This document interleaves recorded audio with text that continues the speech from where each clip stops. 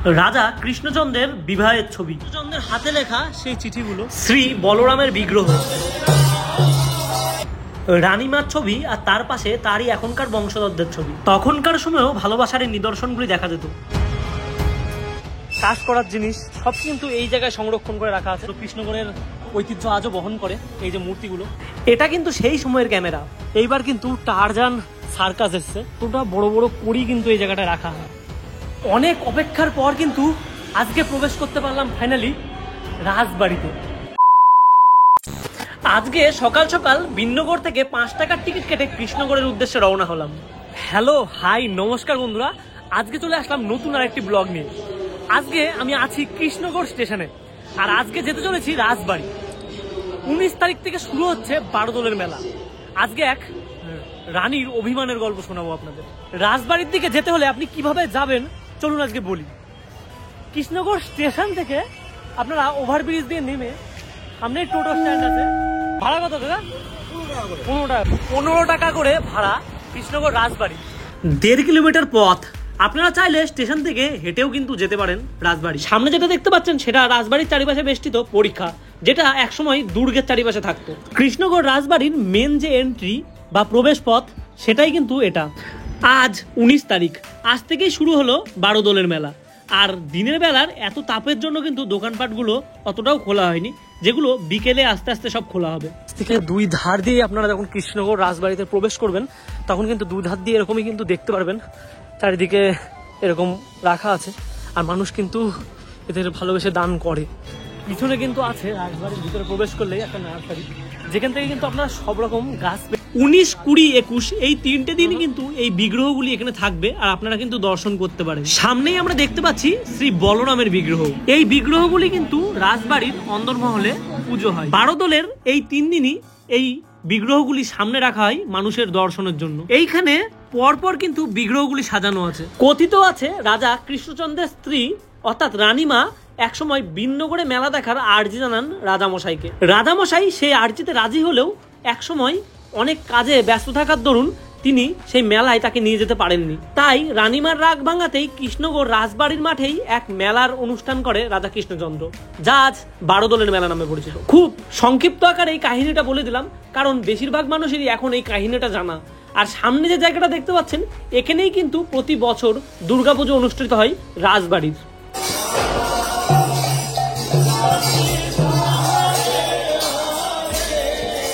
সামনে যে ছবিটা দেখতে পাচ্ছেন সেটা রানীমার ছবি, আর তার পাশেই যেগুলো দেখতে পাচ্ছেন সেগুলো রানীমারই বংশধরের ছবি। আজকে বারোদলের মেলার পাশাপাশি কিছু ঐতিহাসিক জিনিসও আপনাদের দেখানোর চেষ্টা করব। এটাই রাধা কৃষ্ণচন্দ্রের ছবি, যেগুলো এখন ফটো ফ্রেমের মাধ্যমে বাঁধানো হয়েছে এবং সংরক্ষণ করে রাখা হয়েছে।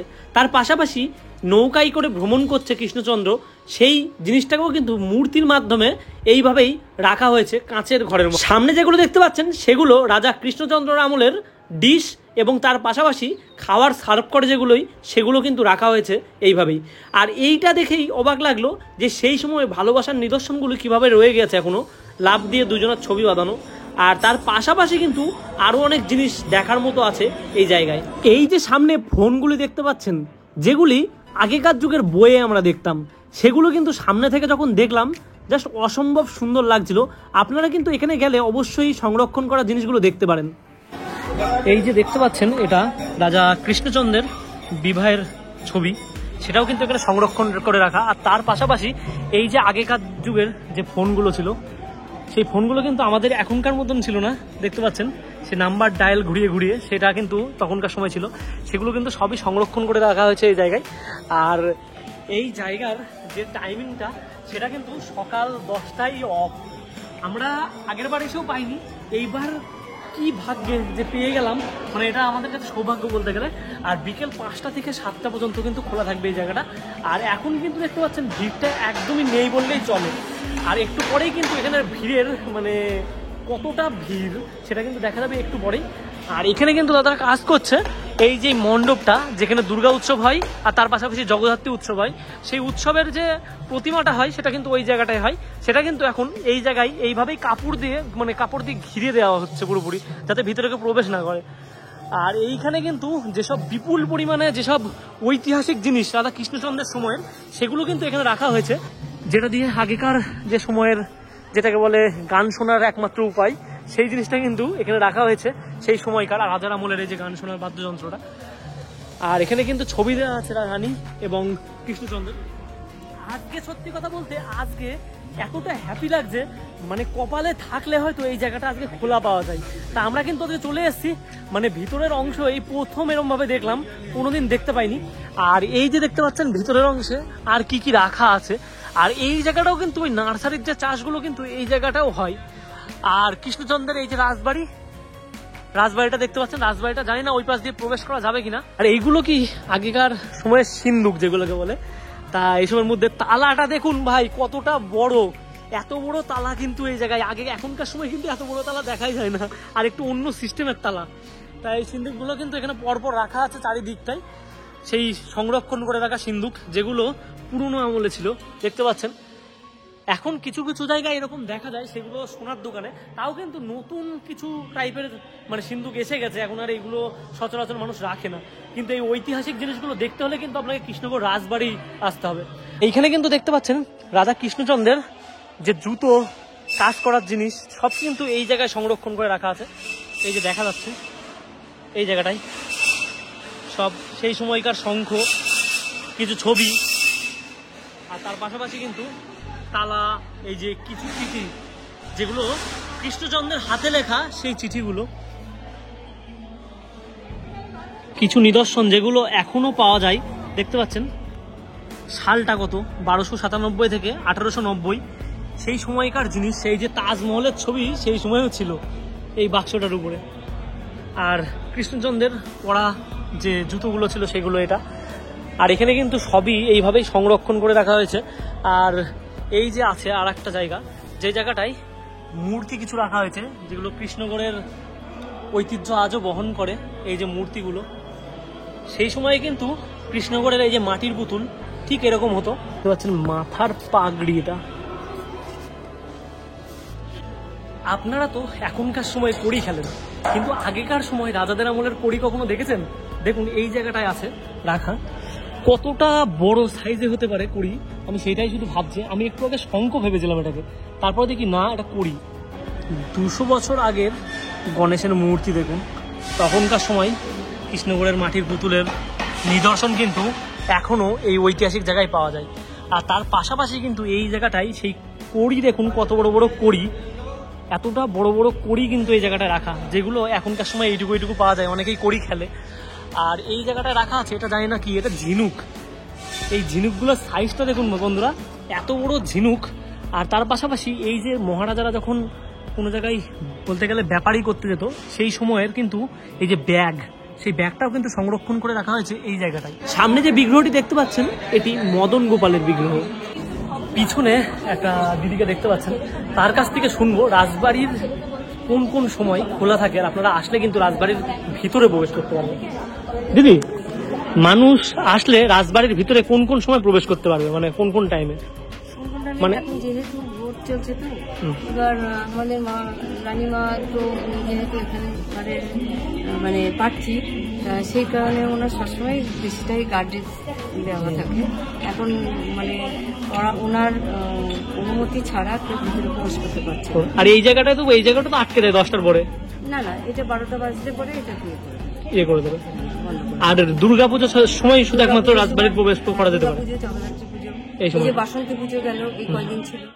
আগের বার যখন দেখলাম তখন মনে হয় 1 এপ্রিল হয়েছিল, 12 দিন পর। এবার মনে হচ্ছে না 12 দিনের বেশি হয়ে গিয়েছে ব্যাপারটা, তিথি ধরে।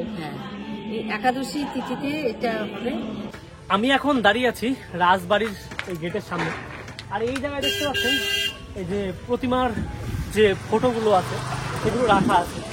তাই এইগুলো সম্বন্ধেই এই যে এইখানে কিছু মানুষ আছে, তাদের আমি কিছু বলতে চাই। এই যে ঠাকমাটা দেখতে পাচ্ছ, তো ঠাকমাটাকে একটু বলি। এই যে সামনের ছবিগুলো আছে এইগুলো দিয়ে, তা ঠাকমা তোমাদেরকে কিছু কথা বলতে চাই। এই যে মানে এই যে ফটোগুলো আছে এগুলো তো আমরা পুজো করি, তা আমরা যে সময় শীতকাল হয় সেই সময় কি হয়, ঠাকুর যখন থাকে তাকে কিন্তু চাদর দিয়ে দিই, কারণ শীত তারও লাগবে। তা এই জায়গাটায় আপনারা রোদের মধ্যে কষ্ট করে বসে আছেন, সামনে ছবিগুলো আছে ঠিক আছে, ওইখানে মানুষ বসতে পারছে না, কিন্তু পরবর্তীকালে ওই যে ওরা যারা বসবে এই জায়গাটায় তারা কিন্তু নেই। তাহলে তারা ঘরে কষ্টের মধ্যে তারা বসতে পারছে না, কিন্তু ঠাকুরগুলোকে কেন তারা রেখে দিয়েছে? শীতকাল যতক্ষণ আমরা মানি, তাহলে কেন গরমের মধ্যে ঠাকুরের প্রতিমার এই যে ছবিগুলো রেখে দিচ্ছি কিন্তু মানুষ বসছে না? তাহলে সেগুলো তাহলে মানেই হয় না। তাহলে সামনের গেটটা দেখতে পাচ্ছেন, এই গেটটা এখন আপাতত বন্ধ আছে। এই গেটটা কিন্তু দুর্গাপুজোর সময় খোলে। আর এই জায়গাটায় দেখতে পাচ্ছেন 10 টাকার লরি, তার থেকেও বেশি টাকার। তাই এই লরিটা এই জায়গাটায় আছে। এই লরিটার ভিতরে কিন্তু যে সামগ্রীও আছে সেগুলো কিন্তু সব এই দোকানপাট, মেলার সামগ্রী। তাহলে কতটা বড় বড় লরি করে আসছে এখানে মানে দোকান দিতে, আপনারা কিন্তু বুঝতেই পারছেন। আর এই যে গাছটা আছে, এই গাছটা কিন্তু আমি অনেকবারই মিস করে গেছি, কারণ গাছটাকে দেখলে কিন্তু বোঝা যায় না যে এই গাছের ভিতরেই লোকে ছবি তোলে। এই গাছের যে মানে পাতাগুলো দেখতে পাচ্ছেন সব নর্মাল, কিন্তু এই জায়গাটায় ভিতরে দেখুন, ভিতরে কিন্তু পুরোপুরি এরকম একটা জায়গা। তা এটা কিন্তু রাজার আমলের গাছ, ভিতরের কোনো অংশ বাকি নেই, পুরো খোপলা টাইপের। আর এই জায়গা দিয়ে এইটুকুনের পরে কিন্তু গাছটা রয়েছে। এটা কিন্তু রাজার আমলের গাছ, বুঝতে পারছেন কত বছরের পুরনো। সেই গাছটা আজও রয়ে গেছে এইভাবেই। আর এই জায়গায় মানুষজন দোকান দিচ্ছে, যেই দোকানগুলো 1 মাস পর্যন্ত থাকবে। তার জন্য কিন্তু অনেকটাই ভালোভাবে মানে দোকানগুলোকে সাজানো হয়। আর ওই দিকে চলুন, মেলার আসল যে প্রাঙ্গণটা, সেই প্রাঙ্গণে যাই, যেই প্রাঙ্গণে দোকানপাটগুলো বসেছে। বারোদলের যেহেতু মেলা প্রচুর মানুষ হয়, প্রচুর। আর মেলাটা কতদিন পর্যন্ত চলে? 1 মাস। আপনারা কি 1 মাস পর্যন্ত থাকবেন? তাই গরমের মধ্যে কিন্তু এই দাদারা সব তৈরিতে ব্যস্ত। আর দেখতে পাচ্ছেন এখান থেকে জিলাপি তৈরি হয়ে গেছে। আর ভিতরে দাদা কিন্তু গরমের মধ্যে এই যে সামনে পর্দা দিয়ে কাজ করছে, কারণ এতটা পরিমাণ রোদ এই সময়টাই। তাও কিন্তু বিকালের যে পরে রোদটা পড়ে যাবে যখন, তখনের যে বেচা কিনা, সেটার জন্য কিন্তু মানে এখন সব তৈরি করে রাখতেই হবে, এরকম একটা ব্যাপার। চারিদিকে নাগরদোলা দেখুন কত এসেছে এবার, ছোট থেকে শুরু করে বড় সব ধরনের নাগরদোলাই কিন্তু এবার এসেছে। আর তার পাশাপাশি যেটার কমেন্ট অনেকেই করছিলেন, এইবার কিন্তু টারজান সার্কাস এসছে। আগেরবারও সার্কাস এসেছিল। তা এটা বিশাল এক অংশ জুড়ে কিন্তু মানে মাঠের প্রাঙ্গণে আছে, যেটা রাস্তার ধার থেকেও দেখা যায়। যেখানে এই যে এরকম খেলা থেকে, আগুনের খেলা থেকে শুরু করে এই যে এরকম মরণকূপ খেলা, সবই কিন্তু জোকারের খেলা, সবই কিন্তু পেয়ে যাবেন। আর এখানে লেখা আছে সেকেন্ড ক্লাসের টিকিট 70 টাকা, ডিসি 100 টাকা, আর প্রথমে যেটা আছে সেটা অ্যাডভান্স বুকিং 150 টাকা, সেটা স্পেশাল। তা জানি না কি দেখাবে স্পেশালে। আর সামনে থেকে দেখুন সব দোকানপাটগুলো এই রোদের মধ্যেই কাকারা কাজ করে চলেছে পুরোপুরি। পিছনের ওই প্রান্ত থেকে যদি আপনারা সামনে এগিয়ে আসেন বা ওইখান দিয়ে আসেন, এটাকে বলা হয় কিন্তু মোটামুটি ভিআইপি জোনই বলতে পারেন। কারণ এখানের ভিতরে যে দোকানপাটগুলো আছে সেগুলো কিন্তু একটু এক্সপেন্সিভ। খাট থেকে শুরু করে আপনারা সব মানে ড্রেসিং টেবিল সবই পেয়ে যাবেন প্রায় এই জায়গায়। তা এই জায়গার ভিতরে একরকম মানে পরিবেশ, আর ওই দিকে কিন্তু একরকম। তা ওখানে সব রকম জিনিস পাবেন, আর এখানে কিন্তু ভিআইপি। আর এই পাশের একটা জিনিস দেখাই, এই পাশের যে দেখতে পাচ্ছেন আমার পাশ দিয়ে যে বারান্দাটার মতন, কৃষ্ণগড়ে কিন্তু মাটির পুতুল বিখ্যাত। আর মাটির পুতুলের যেসব দোকানপাট ছিল একটা সময় কিন্তু এটার উপরেই বসতো সেই দোকানপাটগুলো। তা এখন মানে কালের নিয়মে বলতে গেলে মানুষজন বাঁশের ব্যবহার শিখেছে, লোহার ব্যবহার শিখেছে, আস্তে আস্তে মানে সব ব্যবহারগুলো করে করে দোকানপাট তৈরি করে একটা মেলার মতন সৃষ্টি করেছে মাঠের মধ্যে। কিন্তু আগে কিন্তু এই জায়গাটাই বসা হতো। আর কৃষ্ণগড়ের মাটির পুতুলের ভিডিও যদি না দেখে থাকেন, অবশ্যই আই বটনের লিঙ্কটি পেয়ে যাবেন, আপনারা কিন্তু সেখানে চেক করে নিতে পারেন। কৃষ্ণগড়ের মাটির পুতুলের যে কারুকার্য, সেটা কিন্তু এই ভিডিওর মাধ্যমে দেখানো হয়েছে। রাজবাড়ি আসলে রাজবাড়ির সব থেকে মেলা প্রাঙ্গণ ঘুরে যদি সব থেকে পিসফুল জায়গা বা শান্তির জায়গা থেকে থাকে, সেটা কিন্তু এটা। পাশ দিয়ে দেখতে পাচ্ছেন এই যে এটা। আর এইখানে এতটা সুন্দর ঠান্ডা একটা আবহাওয়া, মানে এইখানে আসলে মানে প্রাণটা জাস্ট জুড়িয়ে গেল গরম থেকে যখন আসলাম। পিছনে পাঁচিলটা দেখতে পাচ্ছেন, তার পিছনে কিন্তু একটা গেট আছে, যেই গেটটাই এটা দিয়ে ঢোকা যায়। তা এখন কিন্তু হয়তো এটা নতুনভাবে তৈরি হলেও একসময় কিন্তু রাজা কৃষ্ণচন্দ্র এইখান দিয়ে আসতেন, আর এই ঘাটেই কিন্তু স্নান করতেন, যেটাকে বলে কৃষ্ণচন্দ্রের ঘাট। তা এই জায়গাটাই যে কৃষ্ণচন্দ্র নেমে যেতেন। আর তার পাশেই আছে রানীর ঘাট, সেটাও কিন্তু আপনাদের দেখানোর চেষ্টা করবো। এই যে সামনের ঘাটটা দেখতে পাচ্ছেন, এটা কিন্তু রাজবাড়ির চারিপাশ দিয়ে বেষ্টিত, মানে গোল করে একটা সে মানে সিকিউরিটি যেটা থাকে সেটার মতন করে। তা এই জায়গায় কিন্তু আগে কিন্তু জল থাকতো না। তা এক সময় কি হয়েছে, অঞ্জনা নদীর সঙ্গে কানেক্ট করে দেওয়া হয়েছে এটাকে। তা অঞ্জনা নদীর সঙ্গে কানেক্ট হওয়ায় এটাই কিন্তু এখন সারা বছর আপনারা জল পাবেন, এটা অল টাইম এরকম জল থাকে, কোনো শুকায় না। তা এই পাশেই আছে রানীর ঘাট, সেটাও কিন্তু দেখাবো। তা পিছনে কিন্তু রাজারঘাট ছাড়িয়ে এই যে সামনে রাস্তাটা দিয়ে একটু এগোলেই এটা দেখতে পাচ্ছেন, এটা কিন্তু রানীর ঘাট। রাজারঘাট আর রানীর ঘাট কিন্তু ছাড়িয়ে যখন আসলাম, এই যে দেখতে পাচ্ছেন সামনে নৌকা চড়ছে, এইটা বলে মানে যেসব প্রজা আছে তাদের কিন্তু ঘাট ছিল সেটা, মানে এটা পাবলিকের বলতে গেলে ঘাটটা। তাই এখানে কিন্তু সবাই স্নান করতো। তাই এই ঘাটটাও কিন্তু অসাধারণ দেখতে, অনেকটা অংশ জুড়ে, মানে স্পেসটা অনেক। আশেপাশে কিন্তু দেখতে পাচ্ছেন সব দোকানের কাজ কিন্তু প্রায় কমপ্লিট হয়ে গেছে। এই যে সব দাদারাই তৈরির কাজে লেগে পড়েছে। কিন্তু একটা জিনিস যেটা আবার বলতেই হবে, সেটা আগের বার কিন্তু যে সময় এই যে রাজবাড়ির যে মেলাটা অনুষ্ঠিত হয়েছিল সেটা ছিল 1 এপ্রিল, যার দরুন মানে একটু গরমটা কম ছিল। কিন্তু এইবার 19 এপ্রিল, তা 19 এপ্রিল যদি অনেকটাই মানে গরমটা বেড়ে গিয়েছে, এই এতটা দিন মানে গ্যাপ হয়, তা একটা নির্দিষ্ট সময় তো এটা হয় মেলাটা, তাই সেই সময়টার জন্য একাদশীর জন্য কিন্তু এই জিনিসটা হয়েছে। কিন্তু মানুষজন দুপুরবেলায় আমার মনে হয় না দোকানপাট খুলতে পারবে, কারণ এতটা রোদ্দুর আর কোনো মানুষ আসবে বলে আমার মনে হয় না। তা রাতের মেলাটা হয়তো সঠিকভাবে হবে। এই জায়গাটায় কিছুক্ষণ আগে কিন্তু একটা কথা বলে গিয়েছিলাম একটা দিদিকে, তা দেখতে পাচ্ছেন পিছনের এই জায়গাগুলোই এখনো কিন্তু ঠাকুরগুলো সব অনেক অংশে উঠিয়ে দিয়েছে প্রায়। তাই এই জিনিসগুলো কিন্তু আপনারা বলা শিখবেন, সবসময় মুখ চুপ করে থাকলে কিন্তু অনেক কিছুই হয় না। তাই এই ন্যায্য কথাগুলো কিন্তু বলা শিখতে হবে আপনাদের। এইখানে দেখুন এই যে তাল পাখা, এইখানে তাল পাতার যে পাখাগুলো আছে সেগুলো কিন্তু নিয়ে আসা হয়েছে। তা যে গরম, এই গরমে আশা করি মানুষ খাওয়ার থেকে হাওয়া খাওয়াটাই বেশি পছন্দ করবে। তা বন্ধুরা, ভিডিওটা এই পর্যন্তই এন্ড করছি। এই রোদে আপনারাও আসুন, কিন্তু এই রোদ্দুরের সময় আসবেন না, হয়তো বিকাল বা সন্ধ্যার দিকে আসুন, অবশ্যই ভালো লাগবে। আর রাজবাড়িও দর্শন করে যাবেন। তা আজকের মতন ভিডিওটা এই পর্যন্ত এন্ড। টাটা, নেক্সট কোনো ভিডিওতে আপনাদের সঙ্গে দেখা হবে।